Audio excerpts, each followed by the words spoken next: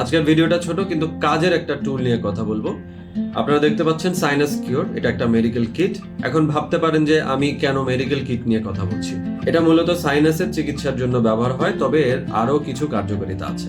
এখানে একটা user manual আছে, এখানে আপনারা বিস্তারিত পাবেন যেটা কিভাবে এবং কেন ব্যবহার হয়। তবে আমি ভয়েস আর্টিস্ট হিসেবে কিভাবে এবং কেন ব্যবহার করি সেটাই আজকের ভিডিওতে বলছি। জিনিসটা দেখতে এমন, এটার ভেতরে একটা নল আছে এবং ওপরে যে মুখ এখানে একটা ছিদ্র আছে। এটার মূল কাজ হচ্ছে আমাদের নাকের ভেতরে পরিষ্কার রাখা। আমরা যারা ভয়েস আর্টিস্ট আছি, অর্থাৎ যারা গান গায় বা যে কোনো ধরনের কণ্ঠের কাজের সাথে জড়িত, তাদের জন্য নাক একটা খুব গুরুত্বপূর্ণ অংশ। আমরা জানি যে আমরা কথা বলি, মুখ দিয়ে শব্দ বের হয়, স্বরযন্ত্রে শব্দ তৈরি হয়, কিন্তু নাক যদি বন্ধ থাকে তাহলে আপনার স্বপ্ন কেমন হবে?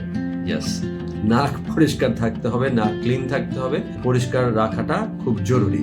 এখন আমি এটা কখন এবং কিভাবে ব্যবহার করি? ঘুম থেকে ওঠার পর ব্যবহার করি এবং রাতে ঘুমাতে যাবার আগে ব্যবহার করি। এটা ব্যবহার করার আধা ঘন্টা থেকে 1 ঘন্টা পরে আপনারা আসলে বুঝতে পারবেন যে ব্যাপারটা কত আরামের, এবং আপনাদের ভয়েসের ক্ল্যারিটিও অনেক বেড়ে যাবে। এটাতে কুসুম গরম পানি ব্যবহার করি। মাইক্রোওয়েভের হিসাবে 20 থেকে 30 সেকেন্ডসের বেশি ব্যবহার করা ঠিক না, অনেক বেশি গরম হয়ে যাবে না হলে। সে পানিটা ভরার পরে বেসিনের সামনে যেটা করি, এই নাকের সামনে ধরে এটা প্রেস করি, তখন যেটা হয় এখান দিয়ে পানি যায় এবং এই নাক দিয়ে পানি বের হয়ে যায়। একইভাবে অন্য নাকে এটা ধরি, প্রেস করি, পানি বের হয়, এই নাক দিয়ে এই নাক দিয়ে পানি বের হয়ে যায়। এরপরে আপনারা নাক ঝেড়ে পুরোপুরি ক্লিন করে ফেলবেন।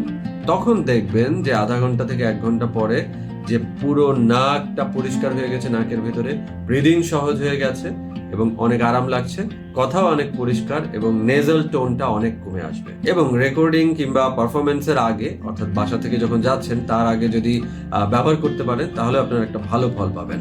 আর এটা ব্যবহার করার পরে ঘুমও ভালো হয়, কারণ আমাদের ব্রিদিং অনেক পরিষ্কার হচ্ছে, ক্লিন হচ্ছে, আমাদের একটা সাউন্ড স্লিপ হওয়ার সম্ভাবনা বেড়ে যাবে।